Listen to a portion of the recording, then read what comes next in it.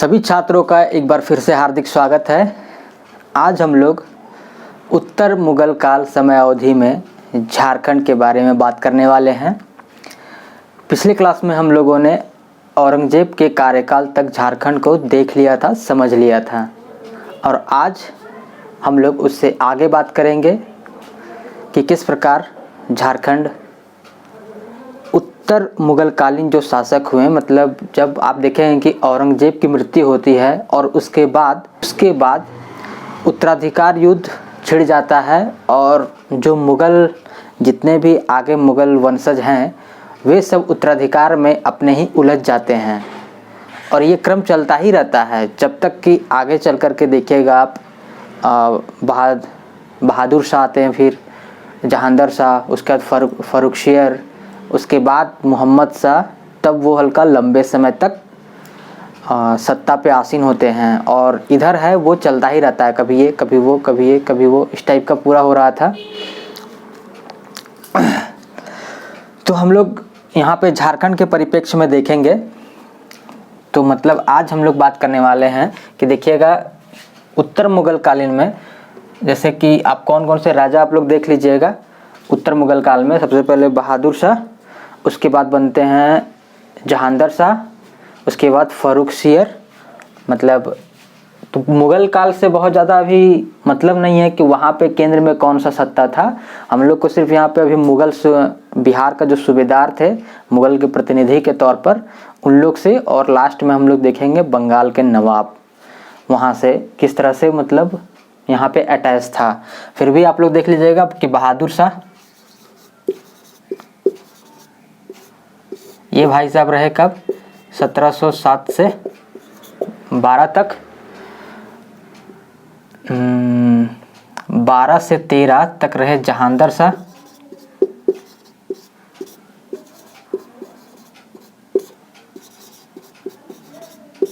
एक साल के कार्यकाल में ही रहे और उसके बाद फिर इनकी मृत्यु हो गई। उसके बाद फर्रुखसियर,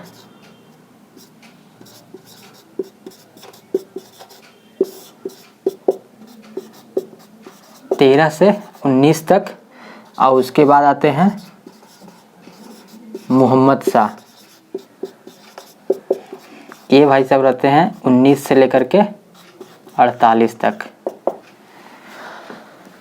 तो ये वाला इसमें और इसमें, इन दोनों के कार्यकाल में झारखंड बिल्कुल उसको बोलते हैं स्वतंत्र हो गया था। जितने भी यहाँ पे शासक थे, क्षेत्रीय शासक, चाहे वो नागवंश हो, रामगढ़ हो या फिर चेरो वंश हो, सभी ने कर देना बंद कर दिया था। उसके बाद हम लोग यहाँ इस काल में देखेंगे यहाँ से, ठीक है। तो आइए हम लोग बात स्टार्ट करते हैं। ये आप लोग अपना किनारे में साइड में लिख लीजिएगा, क्योंकि तुलना करने में थोड़ा सा आप लोग को सहूलियत होगा। तो आप लोग लिख लीजिएगा, मैं इसे मिटा दे रहा हूँ।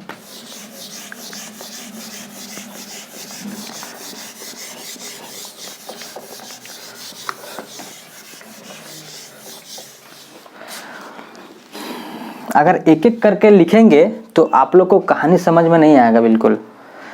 तो इसीलिए हम लोग कॉम्परेटिव पढ़ेंगे यहाँ पर। आज एक साथ 4 वंश को लेकर के हम लोग चलेंगे, ठीक है। तो देख लीजिए कौन कौन सा है, तुलना करते हुए हम लोग आगे बढ़ेंगे। तो आप लोग को ये हमारी कोशिश रहेगी कि आप लोगों को अच्छी तरीके से समझ में आ जाए, क्योंकि अगर सिंगल पढ़ेंगे तो आप लोगों को पता नहीं चलेगा कि इस समय में वहाँ क्या हो रहा था। कभी वहाँ पढ़ेंगे तो यहाँ अधूरा रह जाएगा, यहाँ पढ़ेंगे वहाँ अधूरा हो जाएगा। तो इसीलिए हम लोग कॉम्परेटिव लेकर के चलेंगे कि चारों को एक साथ देखेंगे, क्योंकि चारों में घटनाक्रम हुआ है। और भी थे जो राजवंश, वो इन लोग से थोड़ा अछूता रहा, मतलब अलग रहा, तो इसीलिए हम लोग उसको अलग से देख लेंगे, वो समझ में आ जाएगा। लेकिन ये चारों को हम लोग को साथ में ही देखना पड़ेगा।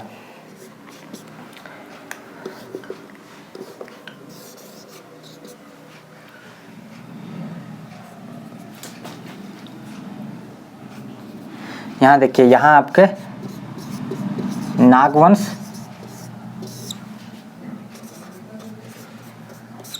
ये चेरो, यहाँ रामगढ़, और यहाँ हम लोग लेके चलते हैं 6 छय परगना, छय, चंपा, केंदी, ये सब छोटे छोटे जो राज्य थे, राज्य मतलब बोल सकते हैं आप लोग परगना टाइप का, ठीक है, रियासत जो भी कह लीजिए, तो वो छोटा सा था। तो यहाँ के तुलना में इसका बहुत ज़्यादा संपर्क रहा है और इसमें बहुत सारा चीज़ लिखा हुआ है, इसलिए इसको साथ में लेकर के हम लोग चलेंगे। अब हम लोग यहाँ से मेन कहानी स्टार्ट करते हैं कि देखते जाइएगा कब क्या क्या है। जैसे नागवंश में बात, यहाँ पे आज हम लोग कहाँ से कहाँ चल रहा है, उत्तरकालीन मुगल, तो 1707 से लेकर के 1765, जब तक कि 65 क्या 67 ले लीजिए आप, 1767 जब अंग्रेजों का प्रवेश यहाँ पर होना स्टार्ट हो जाएगा, तब तक का ये हम लोग देख रहे हैं कि कहाँ कहाँ पे क्या क्या हुआ है। तो नागवंश में सबसे पहले देख लीजिए,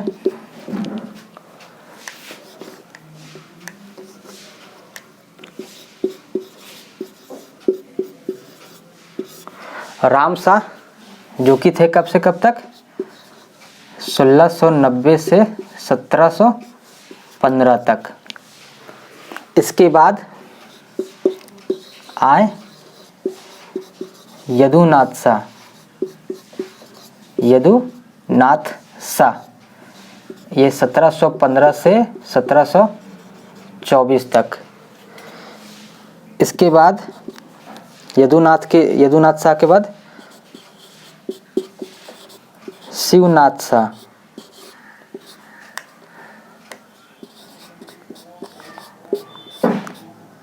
1724 से 1733 तक। इसके बाद आए भाई साहब उदयनाथ शाह,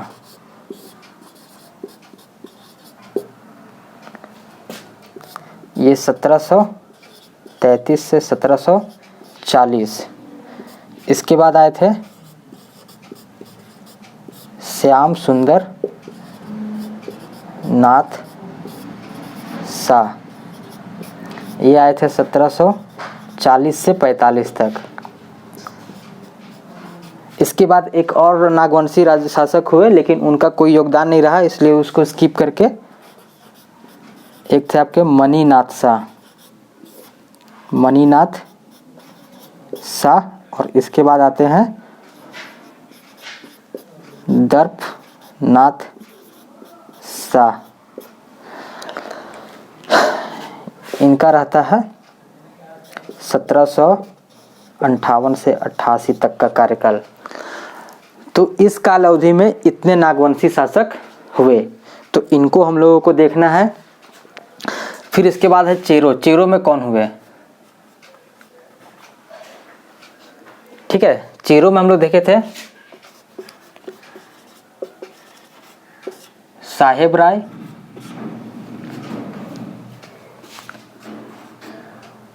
सोलह सौ 97 से 1716 तक। साहेब राय के बाद थे रंजीत राय, 1716 से 22 तक। और इसके बाद होते हैं जय कृष्ण या जय किशन, दोनों मिल जाएगा, आपको कुछ भी मिल सकता है। जय किशन राय, ये 1722 से लेकर के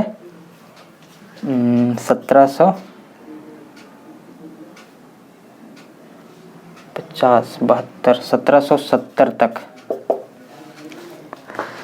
ये इसलिए लिख दे रहे हैं अभी कि आप लोग देख लीजिए और कालक्रम के अनुसार से तुलना कर लीजिए कि कौन कौन किसके समकालीन में है, तब बात को ज़्यादा बेहतर तरीके से समझा जा सकता है।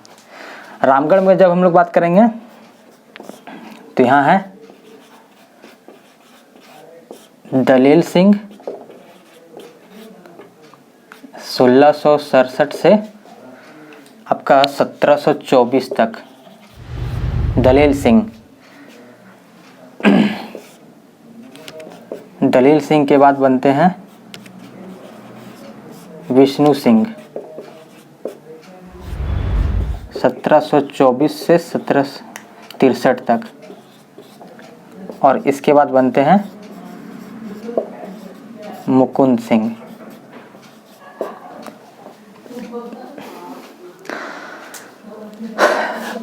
और दलेल सिंह इसके समकालीन थे। यहाँ पर देख लीजिएगा, दलेल सिंह इसके, ये रामगढ़ राज्य के, और इससे दोनों में बहुत संबंध था क्षय वाला, क्योंकि ये जो रामगढ़ राज्य था ये बार बार इसको हड़प ले रहा था। तो ये किस प्रकार कभी आज़ाद होता था फिर हड़प लिया जाता था, तो इसको हम लोग देखेंगे। यहाँ पर ये थे इसके समकालीन मगर खां, इसके पुत्र थे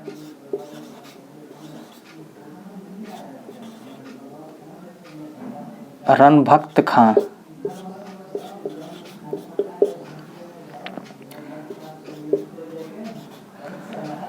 ये इसके समकालीन, ये इसके समकालीन, इसके समकालीन और भी आएगा अभी। रणभक्त खां के बाद महिपत खां, और इसके बाद थे लाल खां। ये तीनों इसी के समकालीन में थे, विष्णु सिंह। तो ये आप लोग देख लीजिए, एक बार इसका आप स्क्रीनशॉट ले लीजिए और ध्यान लगाइएगा कि कौन कौन किसके किसके समकालीन है। जैसे कि आप देखिए, ये रामशाह साहेब राय, दलेल सिंह, ये तीनों समकालीन। एक राउंड देख लीजिएगा आप लोग, ये समकालीन। अभी मुख्य रूप से इन लोग तीनों को लेके चलते हैं। ये उसके बाद यदुनाथ शाह, रंजीत राय और दलेल सिंह, ये देखिएगा ये समकालीन। यदुनाथ 15 से 24, ये 16 से 22, और ये तो भाई साहब 24 से तक थे ही, इतने लंबे काल अवधि में। तो ये दलेल सिंह, इनके भी समकालीन हुए, इनके भी समकालीन हुए, दोनों के। यहीं पे मेन खेला चलेगा, ये कहानी चलेगा, इधर वाला कहानी चलेगा विष्णु सिंह तक, ठीक है। उसके बाद है शिवनाथ सिंह, देखिए ये तो लंबे अवधि तक अब चलेंगे।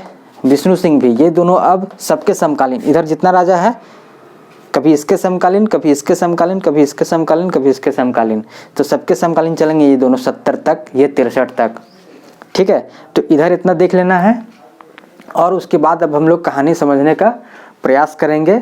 तो आप इसे देख लीजिए एक बार, मैं इसे अब मिटाता हूँ और फिर से अब बात करेंगे कि किस पे बात होना है अभी। ये अब हम लोग बात करते हैं इस पर एक एक करके, ये समकालीन हुए और क्या क्या इनके समय अवधि में घटना हुए, क्या क्या घटना हुआ उसको देख लेना है।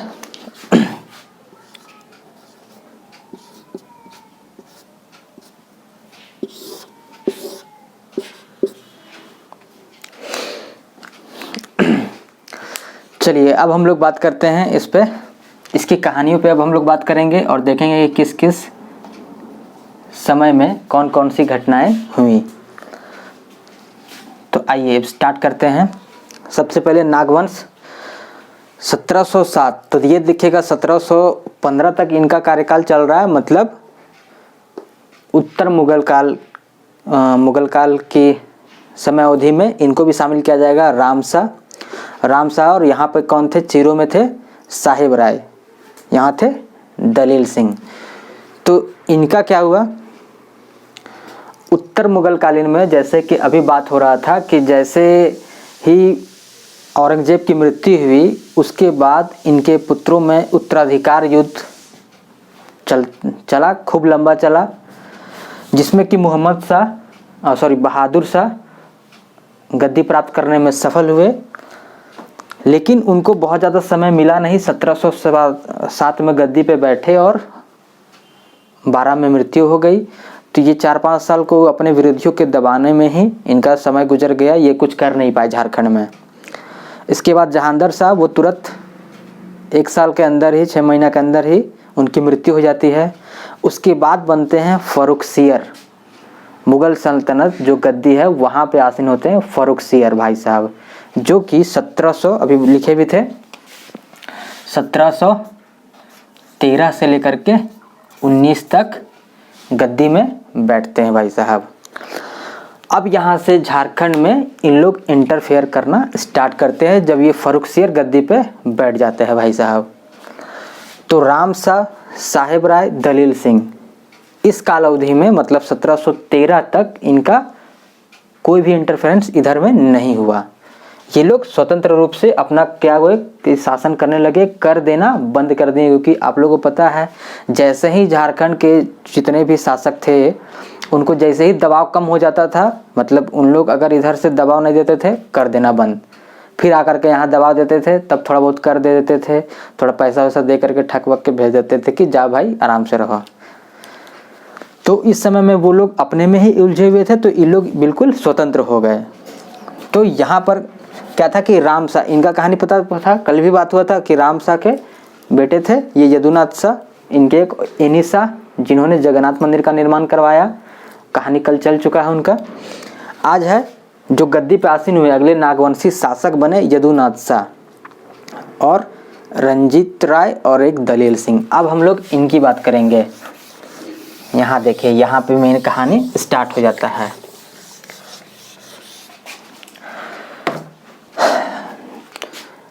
सत्रह 1713 में वो गद्दी पे बैठे। उसके बाद 2-3 साल तो उनको समझने बुझने में लग गया। 1717 में फर्रुखसियर जो थे भाई साहब,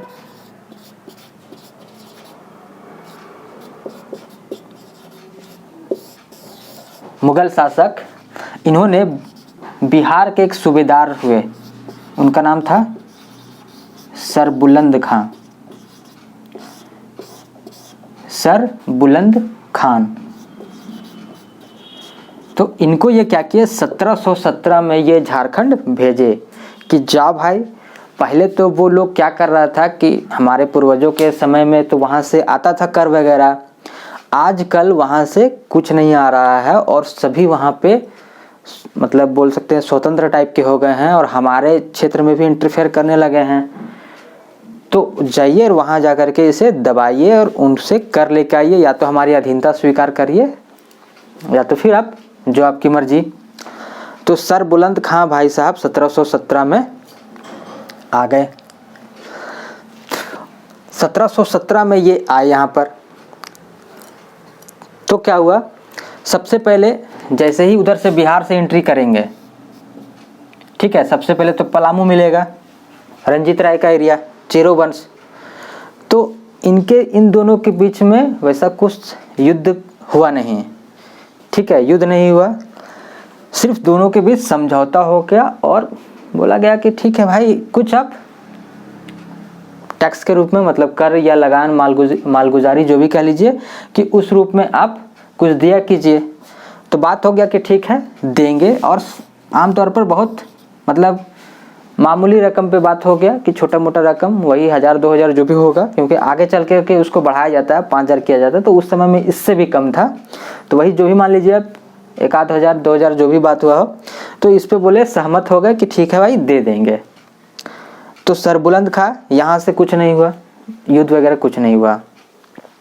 उसके बाद ये भाई साहब पलामू से आगे बढ़े, यहाँ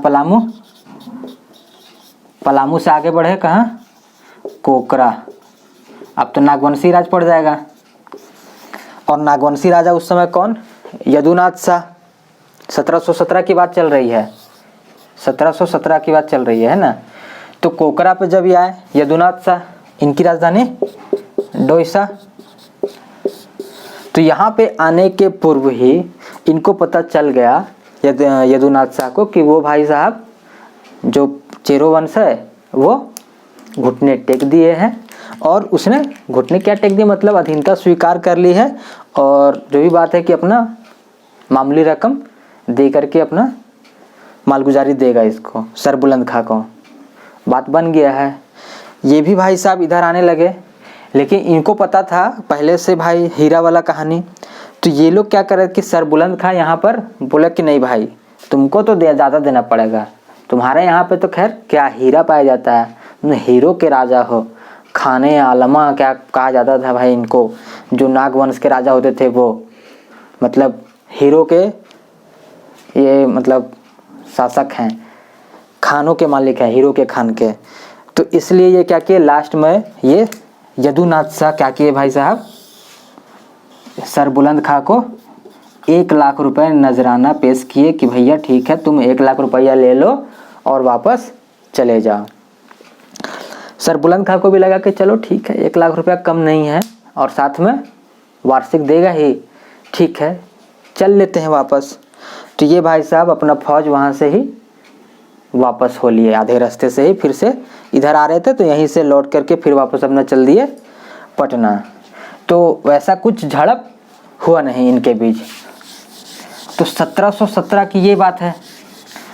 1719 में देखिए बेचारा यदुनाथ शाह के साथ ये तो घटना हो गया कि 1717 में सरबुलंद खां आया और 1 लाख रुपया लूट करके चला गया। फिर 1719 2 साल के बाद ही ये जो थे भाई साहब रंजीत राय, वो बड़ा ही ये भी स्वतंत्र प्रिय, सब जा रहे, चेरो राजा मेदिनी राय से ही गर्म खून वाले आ रहे थे, तो ये भी भाई स्वतंत्र प्रिय थे ही। वो तो मामूली रकम था इसलिए देना स्वीकार कर लिए, ठीक है, लेकिन इसके साथ ही अपना राज्य बढ़ाने का विस्तार करना बहुत चाह रहे थे, इधर उधर राज्य विस्तार कर रहे थे। इसी का खबर मिला था मुगल को, तब जाकर के वो सेना सरबुलंद खां को यहाँ पर भेजा गया था। तो उधर तो खैर मुगल से ये समझौता हो गया, तो अब तो उधर अटैक नहीं कर सक रहे थे, तो ये क्या कर रहे थे ये भाई साहब, इधर अटैक करना स्टार्ट, ठीक है। 1719 में ये भाई साहब क्या किए, 1719 में आकर के यदुनाथ शाह से भिड़ गए, दोनों में युद्ध हुआ, यदुनाथ शाह भाई साहब पराजित हो गए। और इस युद्ध में ये जो दलेल सिंह थे रामगढ़ वाले, ये इन लोग दोनों से मिल गए, मैत्री हो गया और दोनों मिल करके आए। और इसमें मतलब ये दोनों सही, दलेल सिंह ने रंजीत राय का सहयोग किया और दोनों ने मिलकर यदुनाथ शाह को परास्त किया। और नागवंश से टोरी वाला जो क्षेत्र था, टोरी क्षेत्र, ये रंजीत राय ने छीन लिया। ये भाई साहब देखे कि 1717 में भी हम पिटा गए भाई, 1719 में भी पिटा गए। तो बोले कि क्या बात है भाई, तो उनको लगा कि यहाँ जो ये डोईसा हमारा राजधानी है, ये चूँकि नज़दीक पड़ जा रहा है, तो जब मन तब वो लोग उधर से आ जा रहा है, एक काम करते हैं हम इधर से और दूर चले जाते हैं। तो वो भाई साहब क्या किए, 1720 में, 1719 में तो पिट ही गए, 1720 में क्या किए, ये अपना राजधानी परिवर्तित करके ले आए डोईसा से पालकोट। ये भी वहीं गुमला में ही है, आपका डोईसा है, डोईसा से लगभग वही होगा जो भी 20 किलोमीटर लगभग मान के चलिए, 20-25 किलोमीटर। और इधर आ गए मतलब दक्षिण की ओर, मतलब यहाँ हो गया पलामू, ये हो गया कोकरा, जो भी मान लीजिए इधर था डोईसा, तो यहाँ से और इधर आ गए थोड़ा दूर और, ठीक है, इधर पालकोट, ताकि लगा कि अब तो ठीक है, थोड़ा और दूर चल जाते हैं भाई, आने में इन लोग को तकलीफ होगा तो आएगा नहीं, चला जाएगा। क्योंकि उस समय में सरबुलंद खां क्या किया, यहाँ पलामू आया, इधर से ही लौट के चला गया, ठीक है, मतलब यहाँ आया, पलामू तो आया और इधर आधा दूर आया, इधर कोकरा में यहाँ से ही लौट के चला गया, इधर ही पैसा दे दिया तो।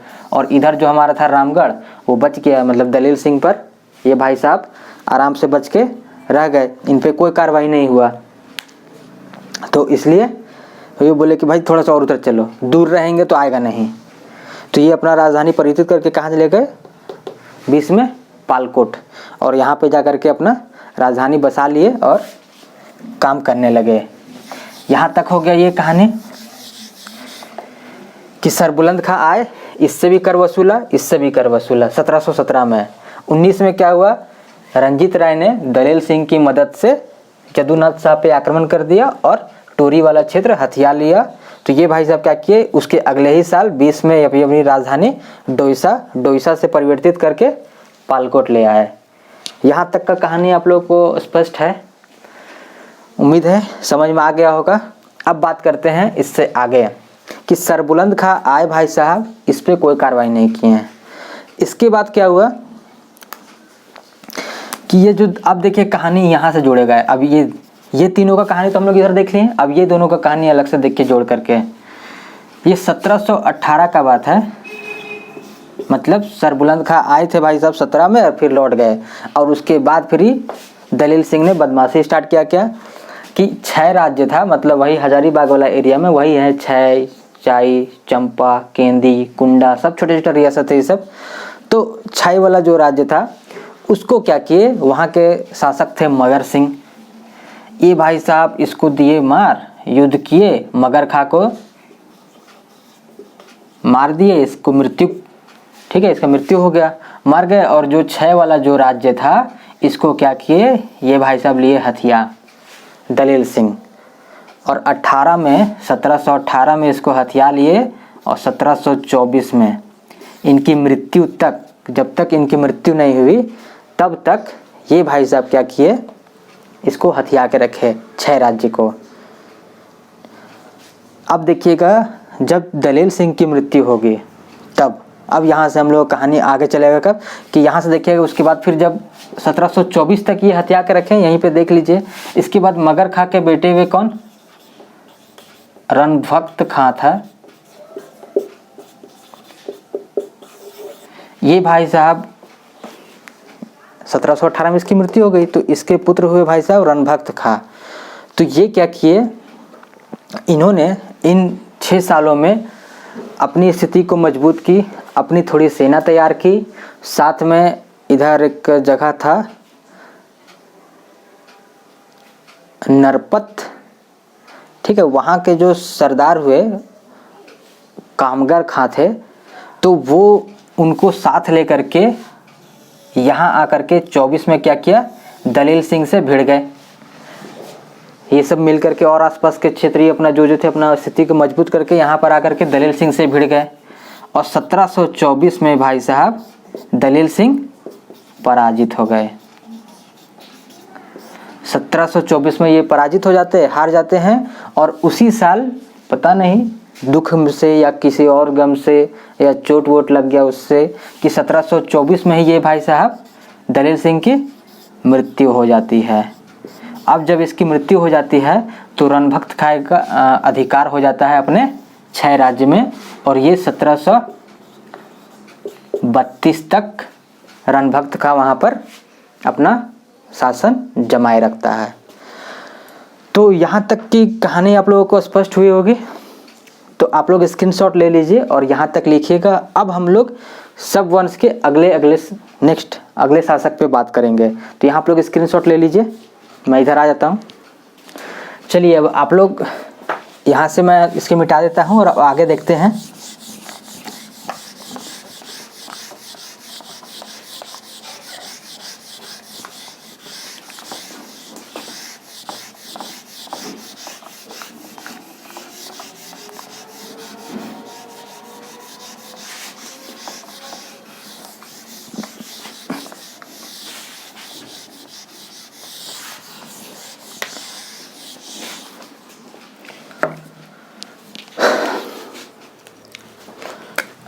अब देखिएगा बात यहाँ आ जाएगा यदुनाथ के बाद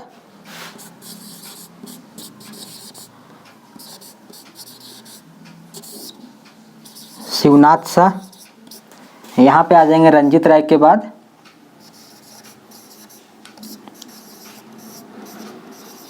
जयकृष्ण राय,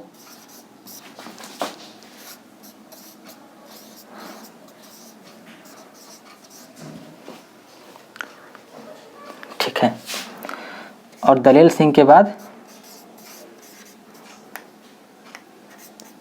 विष्णु सिंह।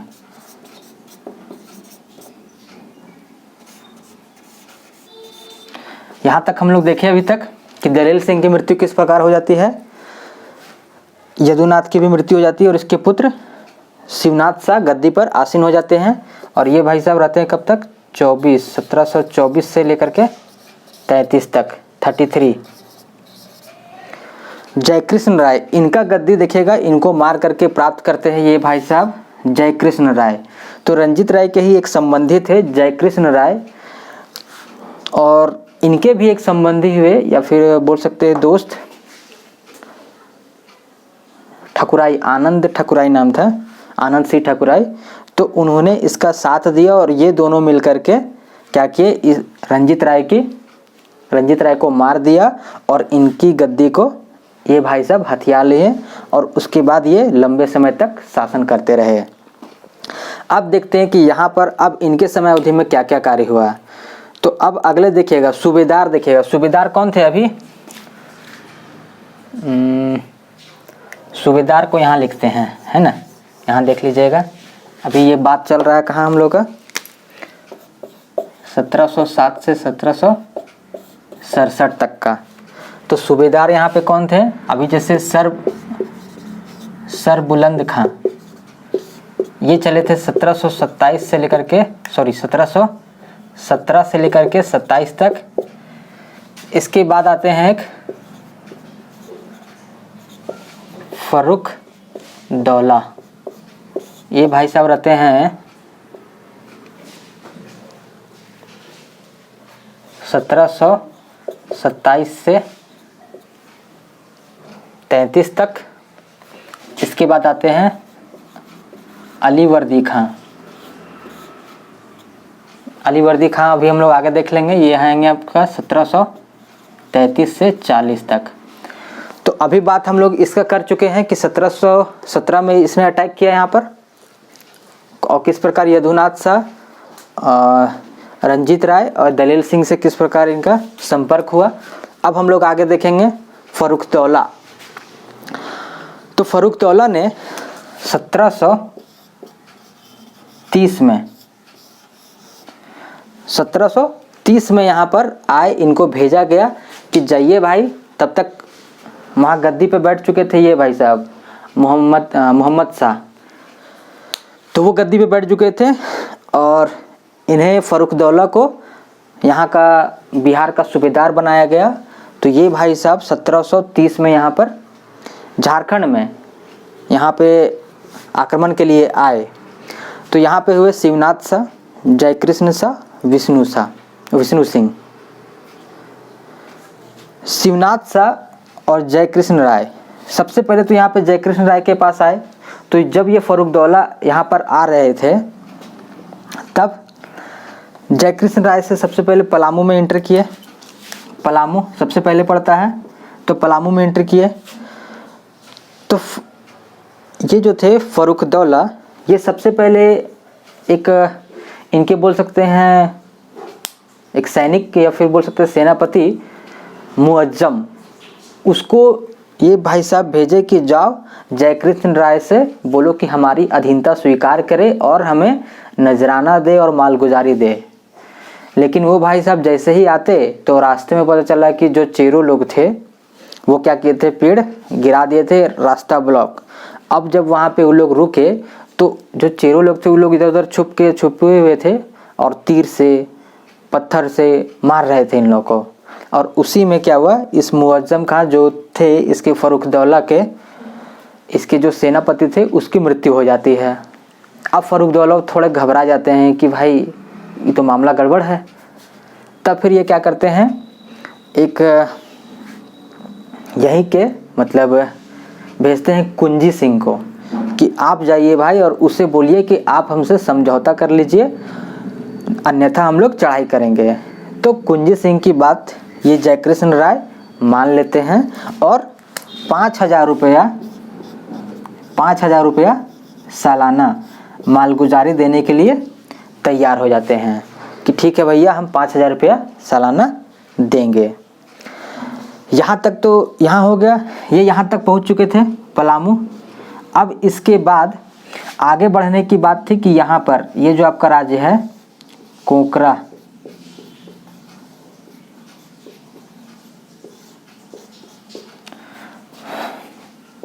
तो कोकरा जो राज्य था यहाँ पर अब आ जाते हैं। यहाँ पे पलामू छोड़ के, पलामू से तो काम हो गया, 5,000 रुपये मिलने लगा। अब कोकरा, तो कोकरा में थे आपके शिवनाथ शाह। तो शिवनाथ शाह से जब इनका हुआ तो यहाँ पे भी इनसे भी कोई ज़्यादा युद्ध नहीं हुआ। इसके बाद देखिएगा इस अवधि में ना युद्ध नहीं हो रहा है, जैसे पहले था ना कि मेदिनी राय से युद्ध हुआ, ऐसे ऐसे इतने लोग मारे गए, ऐसे घटना हुआ, वो घटना हुआ। इनके बाद अभी कुछ नहीं हो रहा था, बस आते थे तो शुरू में ये लोग नहीं मानते थे, लेकिन फिर आकर के धमकाते थे तो फिर ये मान लेते थे। तो शिवनाथ शाह भी उस समय क्या हुए कि जब वो इधर बढ़ने लगे तो उसके बाद फिर बोले शिवनाथ शाह कि ठीक है भैया, हम भी मालगुजारी देने के लिए तैयार हैं। और ये इनका मालगुजारी रखा गया कि हाँ भाई 12,000 रुपये सालाना हम दे सकते हैं। तो इस प्रकार ये भी मान गए, ये भी मान गए। उस समय में फर्रुखदौला के समय में रामगढ़ पे फिर कार्रवाई नहीं हुआ, ये फिर भाई साहब बचे रह गए। ठीक है, क्योंकि उस समय क्या था कि इसी के मातहत से रामगढ़ वाला कुछ दे देता था, रामगढ़ से जाकर के नागौन, नागौन से फिर उधर चला जाता था, तो इधर वैसा चढ़ाई हुआ नहीं। इसके बाद जो आएगा अगला वो रामगढ़ पे ही चढ़ाई कीजिएगा, उसका देखिएगा ये सिचुएशन उल्टा हो जाएगा। तो अभी हम लोग फिर अब आगे देखते हैं। तो इस काल में इतना ही हुआ कि शिवनाथ शाह, जयकृष्ण राय और विष्णु सिंह, तो इतना ही काम हुआ 1730 वाले आक्रमण में। 3 साल में लेकिन इनका सफलतापूर्ण हुआ नहीं, क्योंकि जैसे ही ये वापस लौटे जयकृष्ण राय या शिवनाथ शाह ये दोनों, क्योंकि आक्रमण तो किए नहीं, लड़ाई तो हुआ नहीं, तो इन लोग वैसा कुछ नहीं, शुरू में दे करके इतना ही दे करके ठकवक के भेज दिए, और जैसे ही वो भाई साहब वापस लौटे फर्रुखदौला कर देना बंद। उसके बाद 1733 में बनते हैं अलीवर्दी खां, बिहार के सूबेदार।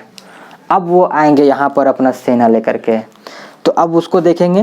तब तक आप देख लीजिए, फिर से स्क्रीनशॉट ले लीजिए आप लोग। चलिए अब आगे देखते हैं। यहाँ से थोड़ा थोड़ा इसको मिटा दे रहे हैं। शिवनाथ शाह की बात खत्म। अब अगले जो नागवंशी शासक हुए ये सब तो लंबे समय तक चले। विष्णु सिंह, जैसे कि इनका विष्णु सिंह का चला कार्यकाल 1724 से 63 तक, तो ये सब तो थे ही। अब यहाँ पे अलग हुए, जैसे शिवनाथ शाह के बाद उनके भाई साहब आगे कौन, शिवनाथ शाह के बाद उदयनाथ शाह, इनका कार्यकाल रहा 1733 से 40। अब यहाँ पे देखिएगा क्या हुआ कि 1732 तक, 1732 में अब यहाँ से कहानी स्टार्ट करते हैं। ठीक है, 1730 में तो ये सब हो गया था। 2 साल के बाद 1732 में क्या हुआ कि रणभक्त खां, इसकी मृत्यु हो जाती है। रणभक्त खां, यहाँ पे आ जाइए 6 वाला में, 1732 में इसकी मृत्यु हो जाती है।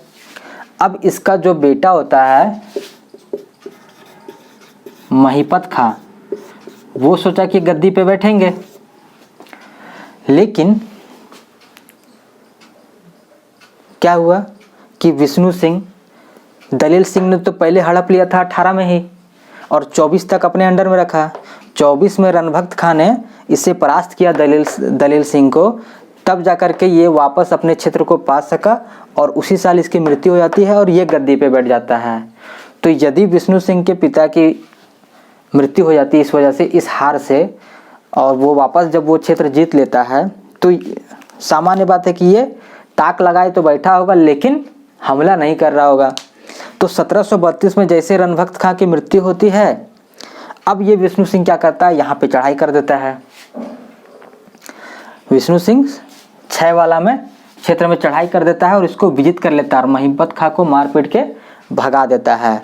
और उसके बाद 1700, ये वाला जो क्षेत्र है ये 1732 से लेकर के 47 तक विष्णु सिंह 6 राज्य का जो क्षेत्र था उसको हथिया के रखता है। ये कहानी हो गया इधर तक का। अब हम लोग आते हैं कि देखिए 32 में ये इधर बदमाशी किया, इधर इसको लूटपाट कर लिया, तो विष्णु सिंह का क्या होगा, हौसला बुलंद होगा या नहीं होगा, क्योंकि ये तो बार बार जा रहा था बच, और उसके बाद फिर इधर भी मारपीट करके अपना राज्य को बढ़ा ले रहा था। तो अब इसका हौसला बहुत बढ़ गया। ठीक है, उधर भी गिनने नहीं लगा, सब राज्य को हड़पने लगा। ये बात पता चला नवाब को, और ये भेजा अलीवर्दी खां यहाँ बिहार का सूबेदार। इसने हिदायत अली खां नाम के एक व्यक्ति को भेजा। इसने किसको भेजा, हिदायत अली खां, इसको भेजा 1734 में कि जाओ भाई जरा उन लोग को समझा बुझा करके आओ।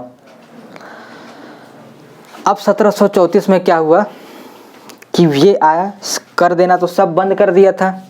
तो 1734 में जब ये हिदायत अली खां आया तो सबसे पहले इधर ऊपर पलामू के बाहर एक था जगह टेकारी, वहाँ के सुंदर सिंह नामक जो वहाँ पे शासक थे उसको सबसे पहले पीटा। तो वो क्या हुआ, वो तो भाई हार मान लिया, लेकिन उसके और जो लोग थे उनको वो भाग गए चतरा की ओर। तो ये हिदायत अली खां उसके पीछे पीछे, और लास्ट में ये चतरा आया। चतरा वाला पता चला कि यहाँ से चतरा में आकर के रुका हुआ था ये किला में। हिदायत खलीफा जब पीछे से आया तो वो लोग गया भाग, हिदायत अली खां वहाँ का दिया पूरा नष्ट कर, और फिर उसके पीछे ये बात पता चला विष्णु सिंह को।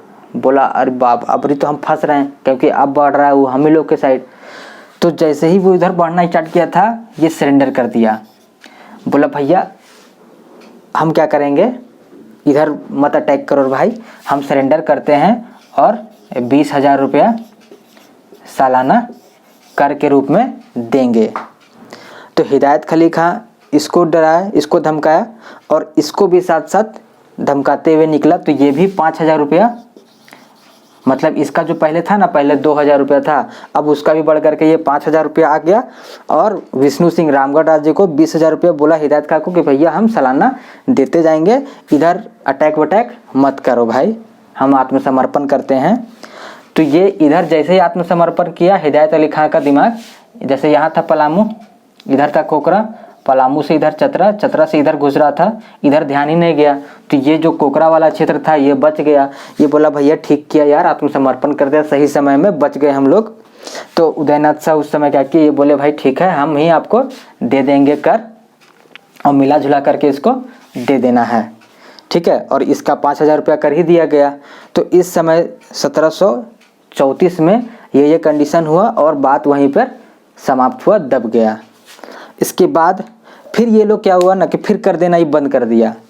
ये लोग सब तो ठीक था, लेकिन ये कर देना बंद कर दिया था, और फिर से ये बदमाशी स्टार्ट, फिर से अपना क्षेत्र बढ़ाना स्टार्ट।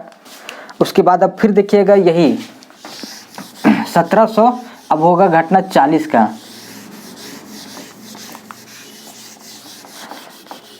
1740 में अलीवर्दी खान थे, वो बंगाल के नवाब बन गए, और यहाँ बिहार के सूबेदार बने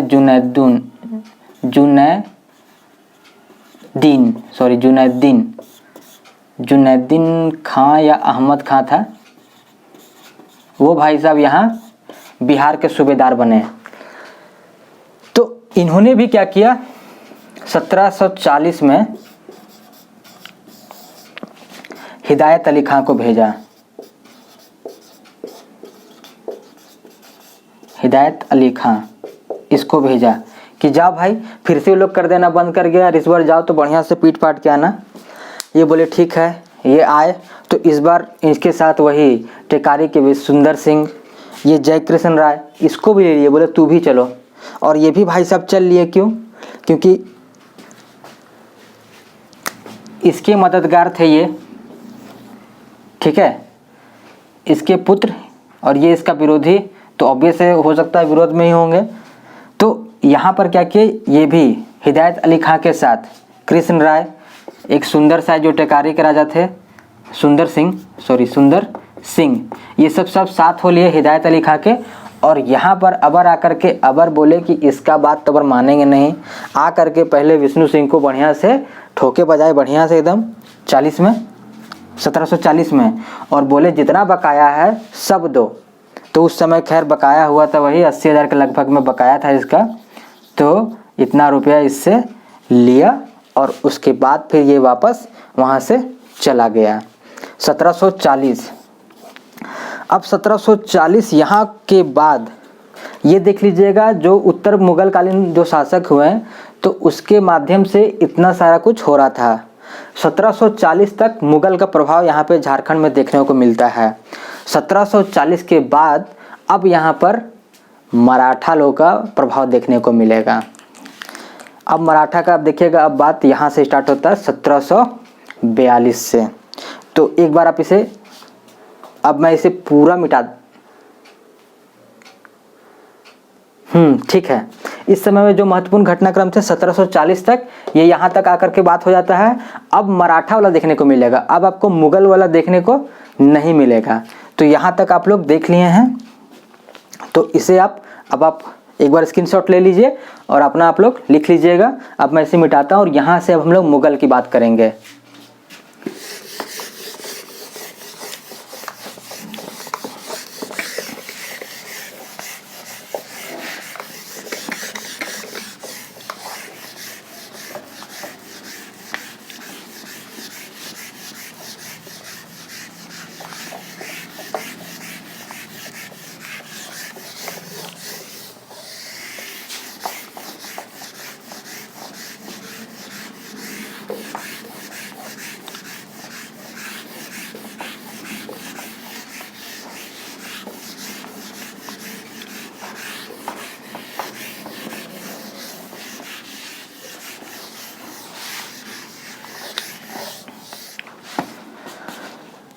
अब देखिएगा यहाँ पर कि झारखंड में मुगल 1740 तक हम लोग देखें, सॉरी मुगल प्रभाव। अब 1740 के बाद हम लोग देखेंगे मराठा प्रभाव, मतलब महाराष्ट्र का जो छत्रपति वगैरह थे वो सब अब हम यहाँ पे आना स्टार्ट हो गए थे। हुआ क्या कि वहाँ से उन लोग अपना राज्य विस्तार स्टार्ट कर रहे थे, मराठा का भी उत्थान होने लगा था। तो उस समय में यहाँ पर क्या हुआ, बंगाल वाले क्षेत्र पे उनका नज़र पड़ा कि भाई इधर अब राज्य हथियाया जाए। तो उस समय में दो प्रमुख हुए, एक हुए रघुजी भोसले और एक थे बालाजी, ठीक है, पेशवा। तो वो तो उधर दिल्ली तरफ का नज़र गड़ाए हुए थे। तो रघुजी जो भोसले थे वो तो देखे कि भाई उधर है तो हम किधर करते हैं, हम इधर करते हैं। और चूंकि सब साम्राज्यवादी सब एक दूसरे में मतभेद हुआ करता था, तो रघुजी भोसले इधर बंगाल की तरफ रुख कर लिए। तो 1742 में रघुजी भोसले ने अपने सेनापति भास्कर राव इनको भेजा कि भैया तुम जाओ बंगाल जाओ उधर से, और बंगाल के बाद वहाँ देखो क्या हम लोग कर सकते हैं। वहाँ पे जाओ भाई, मारपीट के आओ। कुछ चौथ सरदेशमुखी लोग जो वसूलते थे मराठा साम्राज्य कि उधर से वसूल करके लाओ। तो भास्कर राव निकले अपने भाई, और कहा जाता है कि वो उधर से छत्तीसगढ़ से एंट्री मारते हुए गुमला से इधर लोहरदगा रांची वाची होते हुए इधर से ऐसे सीधा निकले थे। छत्तीसगढ़ वाला देख रहे तो गुमला वाला रास्ता पड़ रहा था। तो ऐसा माना जाता है कि वो नागवंशी राज्य होते हुए ही आए होंगे। तो वहाँ पर गए। वहाँ पे 1742 में एक जगह है कटवा बंगाल में। तो वहाँ पर क्या हुआ, दोनों का इधर बंगाल के जो नवाब थे वो और इधर भास्कर राव, इन दोनों के बीच युद्ध होता है। और ये भाई साहब भास्कर राव हार तो जाते हैं और साथ ही बोलते भाई और भागते जाते हैं। हारे हैं तो भाई भागेंगे जान बचा करके। तो ये उस समय बंगाल के यही थे भाई साहब, क्या नाम है इनका, अलीवर्दी खां, जो यहाँ पर बिहार के सूबेदार रहे थे वो। तो जब यहाँ पे भास्कर राव वहाँ पे दोनों में कटवा का युद्ध, ये परास्त हुए, वहाँ से भागे और सब इधर उधर तितर बितर हो गया। सब आकर के मिला फिर से वापस रामगढ़ में। ये बात खबर लग गया अलीवर्दी खां को कि भाई वो लोग फिर मिल रहा है, हो सकता है फिर से आने का प्लान हो। वो भी अपना सब सेना लेकर के दौड़ना स्टार्ट कि चलो इन लोग को पकड़ते फिर बताते हैं।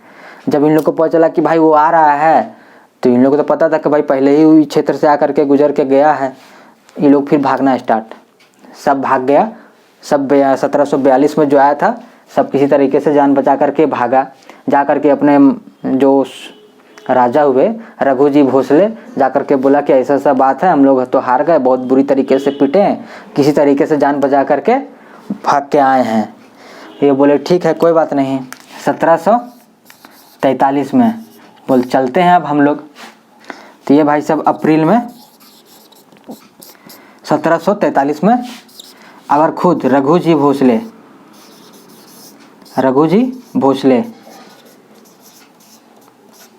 ये भाई साहब निकल ले अपना पूरा सेना लेकर के कि चलो चलते हैं। तो ये लोग पहुंचा जैसे झारखंड, फिर झारखंड होकर के ही गया, और फिर वही सबसे अपना सोच रहा था कि रास्ता में जितना भी पड़ रहा है, जितना झारखंड का राज्य सब मेरे ही हैं, सबसे वसूले चल रहा है, पूरा तबाही मचाले चल रहा था पूरा। तो रघु जी भोसले जैसे ही इधर से गुजर रहे थे तो सबसे वसूलते वगैरह जा रहे हैं। तो जैसे ही झारखंड ये क्रॉस करने लगे तब जो बंगाल के, तो यहाँ जो बंगाल के शासक हुए अलीवर्दी खां, उन्होंने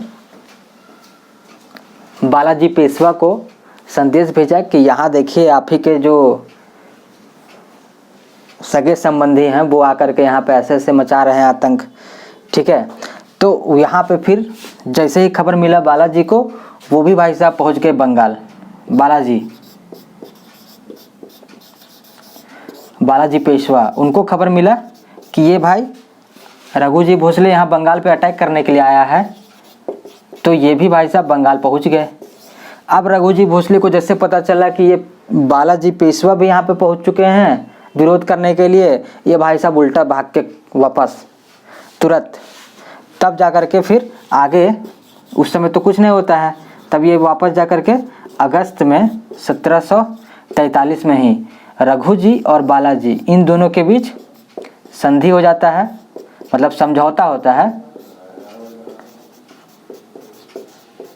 और ये लोग क्या करते हैं, अपने क्षेत्र का बंटवारा कर लेते हैं कि भाई कौन सा किसका क्षेत्र होगा। तो उस बंटवारे में जैसे कि आपका इलाहाबाद हो गया, उधर दिल्ली वगैरह हो गया, आगरा हो गया, अजमेर वगैरह, उस पश्चिम वाला साइड का सारा क्षेत्र चला गया, बालाजी को मिल गया कि भाई बालाजी उधर आगरा, इलाहाबाद वगैरह लेंगे, अजमेर वगैरह लेंगे ये सब। और रघु जी भोसले, इनके क्षेत्र में आ गया बंगाल, सॉरी अवध, बंगाल और बिहार। एक लाइन से इधर देख लीजिए, अवध, बंगाल और बिहार। तो इस बिहार में इंक्लूड है हमारा झारखंड। और इस प्रकार बोल सकते हैं कि झारखंड जो था, ये प्रश्न आता भी है कि झारखंड किसके प्रभाव क्षेत्र में आया, तो झारखंड रघु जी भोसले के प्रभाव क्षेत्र में शामिल कर लिया गया। और यहाँ हो गया हमारा। फिर अब जो थे हम लोग मुगल से निकले चुंगल से, तो अब हम लोग मराठा के चुंगल में फंस गए। अब देखिएगा 1767 तक इसी तरह चलते रहेगा, और उसके बाद 1767 में मराठा के चुंगल से निकलेंगे और जाके फंसेंगे अंग्रेज के चुंगल में। तो आज के लिए हम लोग इतना ही रखते हैं, फिर हम लोग अगले क्लास में कल बात करेंगे। थोड़ा बहुत छोटे छोटे राजवंश जो बच गए हैं वो हम लोग कल देख लेंगे, ठीक है। तो कल फिर मिलते हैं इसी को आगे बढ़ाते हुए। आज के लिए इतना ही, थैंक यू।